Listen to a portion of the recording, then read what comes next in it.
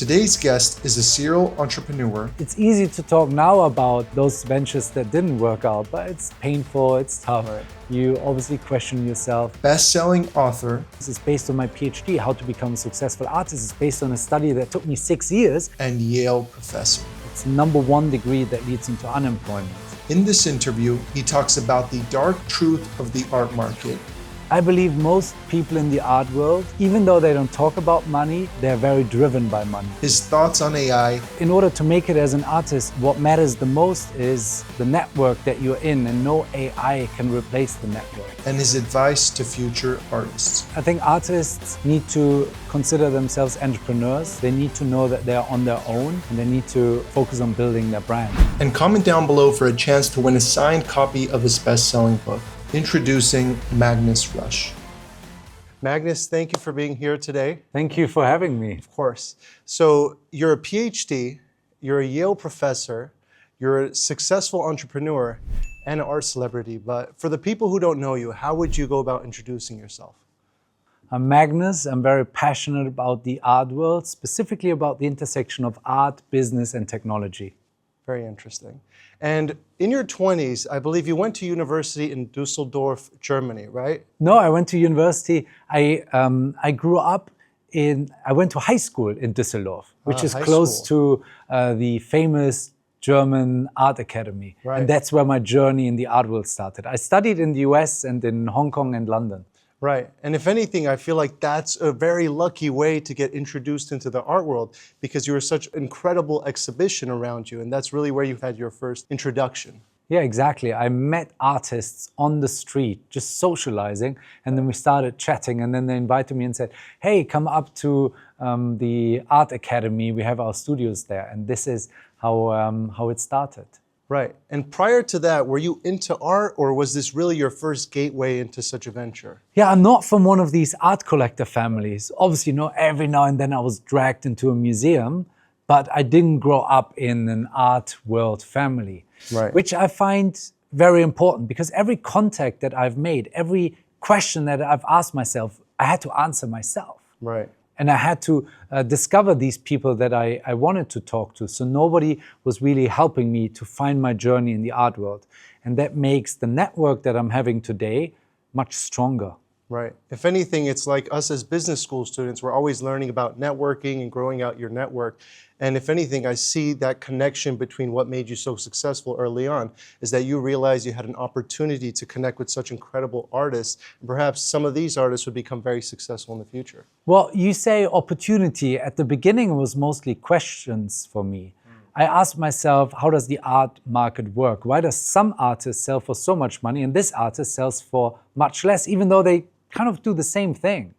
What defines value in the art world? And I asked myself these questions just like everyone else is asking these questions. And I wanted to find an answer. And when I was asking around, nobody could give me an answer to that. And that really started my journey in the art world and also my academic journey. So my PhD, I ran a gallery to finance my studies and also to sell those artists who I met early on. Right. And when I was running this gallery, I was always trying to find out what actually makes a gallery successful. I played in the 3rd league, but I wanted to find out how do I get into the 1st league. And to answer that question, as nobody could answer that to me, I wrote my PhD exactly on that topic, success factors of art galleries. Success factors on art galleries. Yeah. And if anything, everyone knows you now as the data scientist of art. Yeah. And data science is such an incredible way to go about measuring market opportunity. And honestly, we're going to talk about some of your books later on in the interview, but I think it's your 8th book that we're going to be talking about, how to collect art, later in this interview.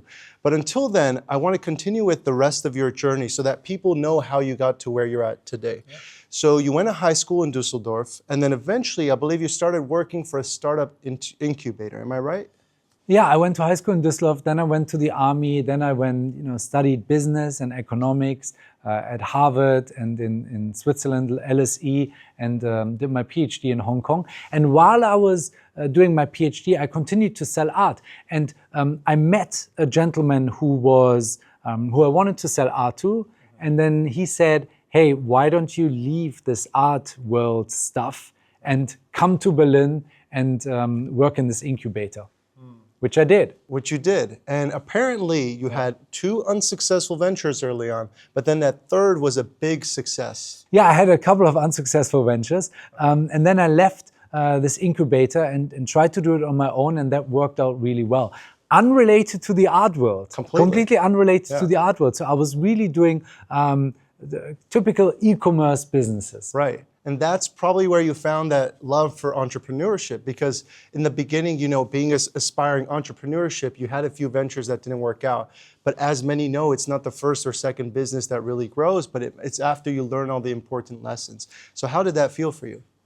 You know, the first venture was really the gallery that I was running throughout my studies. And then, yeah, I mean, it's easy to talk now about those ventures that didn't work out, but it's painful, it's tough. Right. You obviously question yourself. But luckily, the third tech venture that I did worked out. It's always bad when the first one works really well and then the others don't work, because then you lose all your money that you made in the first one. With me, it was the opposite. It was the opposite for you.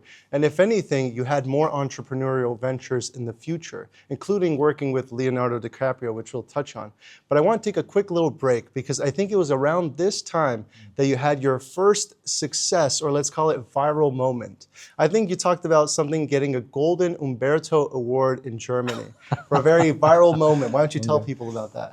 Why don't you tell people? Woohoo! Woo! Tja, ob das bei euch genauso gerade ist, I doubt it. You had an incredible viral meme, which was you skiing in what seemed to be a beautiful resort, like mountaintop, and then you just had your camera out and you said, I doubt it, or something like this. You spoke some German and you said that, and that clip went viral. It got about 100 million views on WhatsApp, Instagram, everything. How did that feel for you? I mean, that's 11 years ago. So, you know, it's funny. It's still today, it's a very German thing. But still today, when I walk around Germany, people always say, oh, you're that guy. And then they take a photo with me. So, which I find interesting because, as I said, it's 11 years ago. Right. And then kids. I was with a friend of mine and we picked up his son on his 18-year-old birthday party of a friend that he had. And we walk in there, and then after 2-3 minutes, suddenly someone says, oh, I think it's that guy. And then everyone comes. And these kids, they were, you know, they were 7 years old when all this happened. So it has become this thing now in Germany, which puts a great smile on everyone's face. It's a very good thing. And people still remember to this day that meme from almost 10 years ago. Crazy. But would you say it was that moment that decided for you to develop a strong personal brand? Because as some of the viewers might not know, but you have almost 700,000 followers on Instagram. So you've really grown out a name for yourself, as well as even having a Harvard case that's been presented since 2018. Was it that moment that made you realize, I need to do some sort of personal branding, or what was it? That was one of the moments. I remember it very well. A friend of mine, I called him, and I was very surprised by the sudden attention that this video received. And I called up a friend and said, look, this video. And then he said, you have to create an Instagram account. And I wasn't on Instagram then. So that was really the starting point of my Instagram career. And I gained some followers through it. I think a personal brand, this was really fun, and we were all laughing, and it was hilarious. But when I then moved to New York around the same year, my first book came out. And the publisher said, do you have Twitter? Do you have Instagram? I was like, yeah, Instagram. You know, it's funny, ha ha ha. Funny thing, yeah. And then he said, no, you have to take it very seriously. You have to make it a thing, because it's a sales channel for you. And that's when I started doing it a little bit more with attention to it, and also intentional. I wouldn't call myself a pro, but I'm posting things that I like. I post art that I see, and other people found a liking to it, so started to follow me. Now, let's touch on that for a second, because you teach an incredible class here at Yale. Thank you. And as one of the students of your class, I find it very interesting how there's this big shift between gallery power and artist power. And as you're teaching us in class, at least in these last few years, a lot of the power has shifted from galleries to artists. And I think artists need to understand the power of growing out their own sales funnel and personal brand. So for the artists watching this, what would be your advice in 2025 as to how they could build their own success and their own name? Yeah. It's very hard to make it in the art world as an artist. It's the #1 degree that leads into unemployment. #1 degree. An MFA in the US, but also in Europe. Average annual income of an artist in Germany is $10,000, of an artist in the US, something like $20,000. So it's really hard to make it as an artist. I wrote a whole book about it, how to make it as an artist. I think the #1 advice is, it starts with your mindset. So as an artist, you are an entrepreneur. Nobody's going to do the job for you. You have to do it yourself. You have to find collectors. You have to cultivate your brand. You have to do the outreach. A gallery is a distribution channel. Galleries are relevant, but it's just one distribution channel in a line of multiple.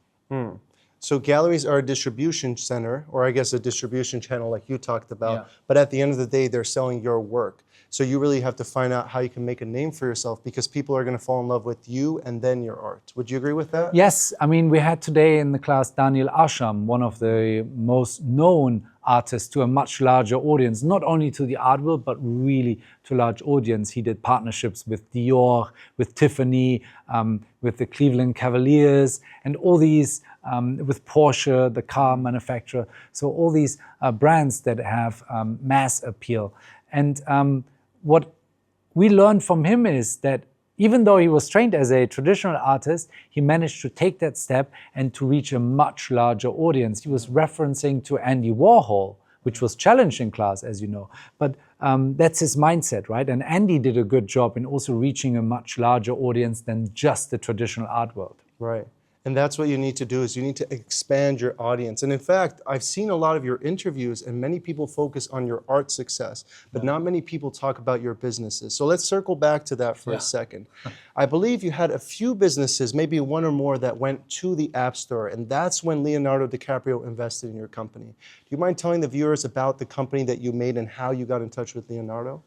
Yeah, the company, the idea is very simple. It's a mobile app that works like Shazam for art. So you take a photo, and then within seconds, the app tells you who the artist is, the title, and shows you comparable works, and also the price. And that's, you know, a very simple business idea with one goal: to make the art market more transparent. You stand in front of an artwork, maybe in a restaurant, maybe in a gallery, but at an art fair, in a museum, and to find out, hey, that's actually affordable. It doesn't cost $10 million, it only costs $500. Right.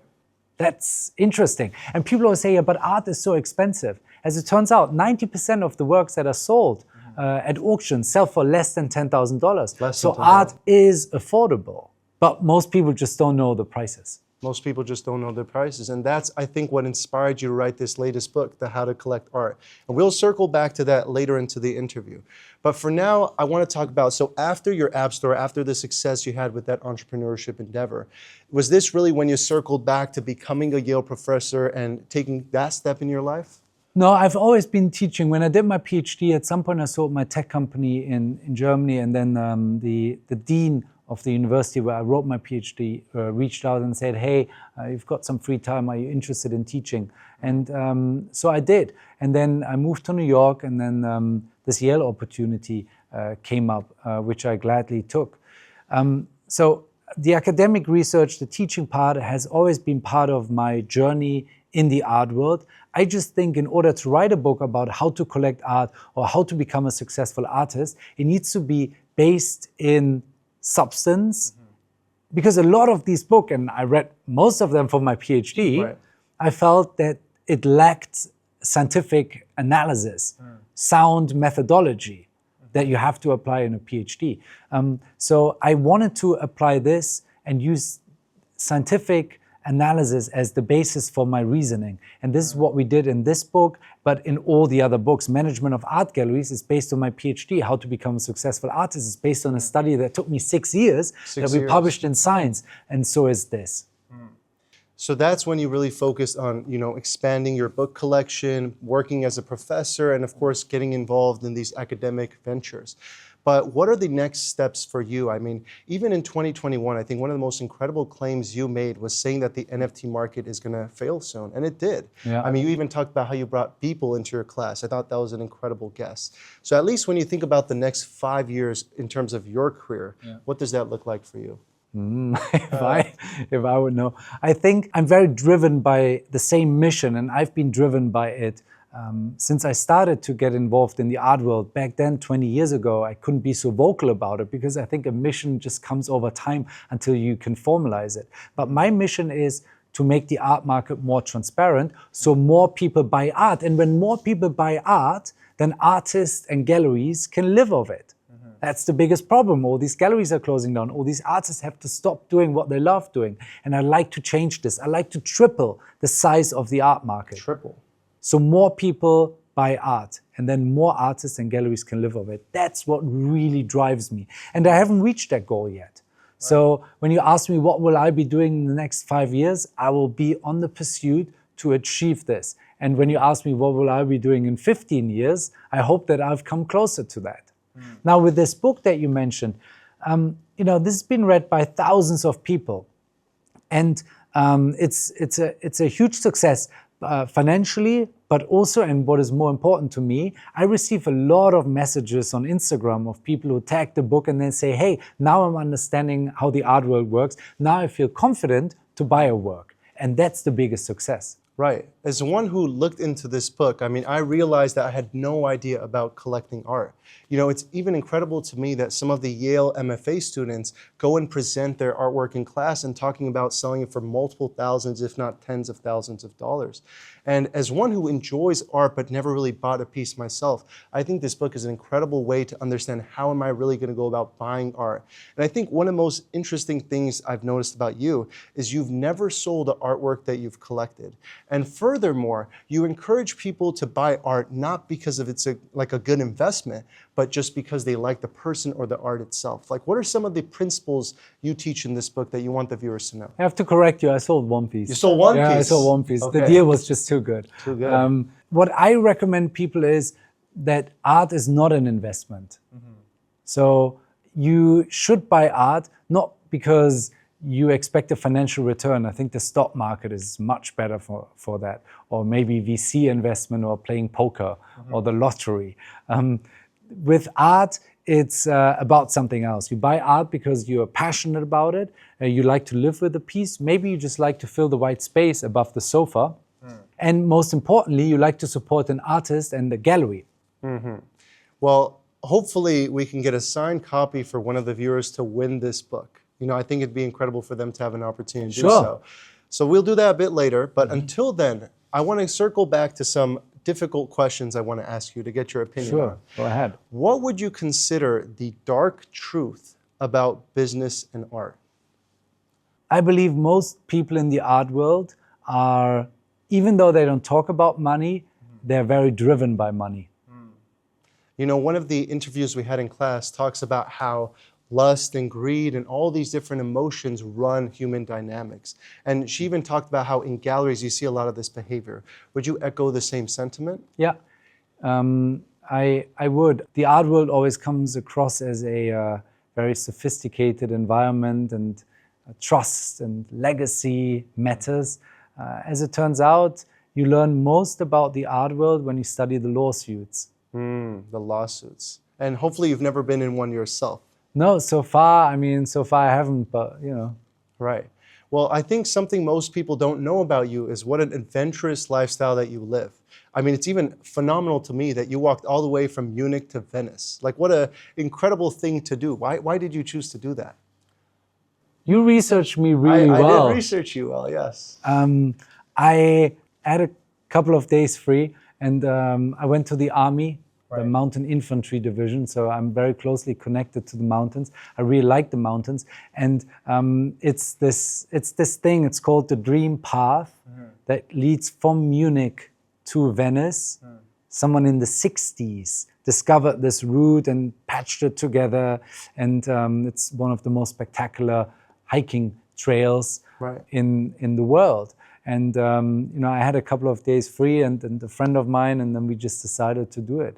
And it was a great experience. And is traveling a key part of your life? Like whenever you think about the purpose of your life and what drives you. Yeah, definitely not traveling. Definitely not traveling. No. So what does drive you? Like what is the reason you do everything you do? Well, I said it, right? I'm very driven by one goal, and that is to make the art market more transparent. That's really what's driving me. And throughout the books, the teaching, I have 120 students in my class. If I can convert 5 of them into art buyers, I really made a difference. There are only 6,000 art buyers. 6,000 art buyers. That's not 60,000, that's 6. And if I can convert 5 into art buyers who then build a serious collection, I've already helped a few artists and a few galleries. That's how small this industry still is. And that's what's driving me. And I've been teaching for 11, 12 years now. And this book has been read by thousands of people. And some of these people also turn into art collectors. That's what I really care about.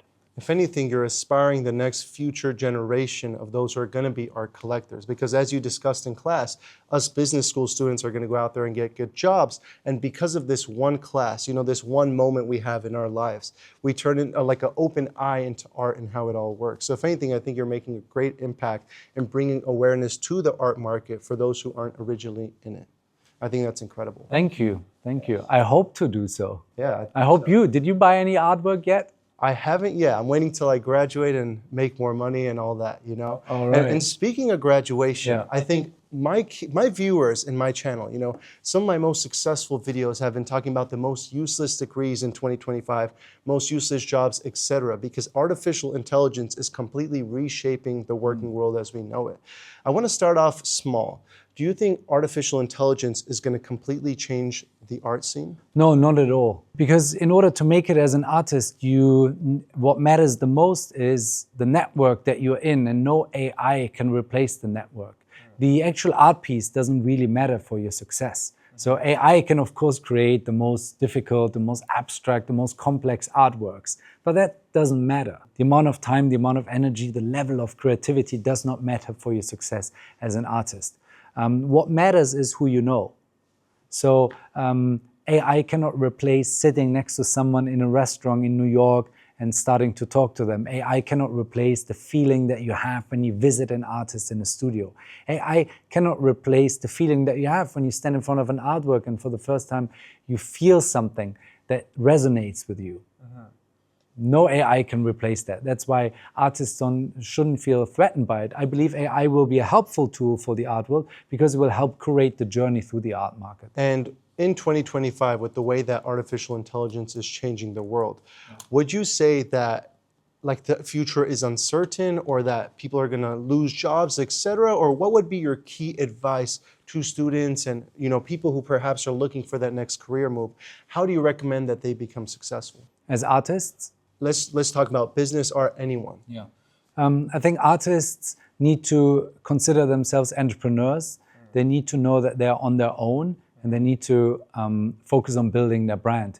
And with collectors or future collectors, the key is to see as much as you can. Relying on art advisors at the beginning of your career doesn't make sense. When you want to be good in tennis, there's one thing that you have to do. You have to hit the ball. You just have to hit the ball, practice. Right? And with art, it's the same thing. You have to go and see as much art as you can. And you need to be aware that you're not buying as an investment. Most art will not return a financial value, but it will return something which is way more important. It will return joy, inspiration, access to a whole new network, and you'll be supporting an artist in a gallery. Perfect. And with that in mind, I know we're coming up on time, so I just want to ask you one last question, which is when you consider your whole life and all the incredible people that you've met, what would you say has been the biggest piece of advice that someone has ever given you?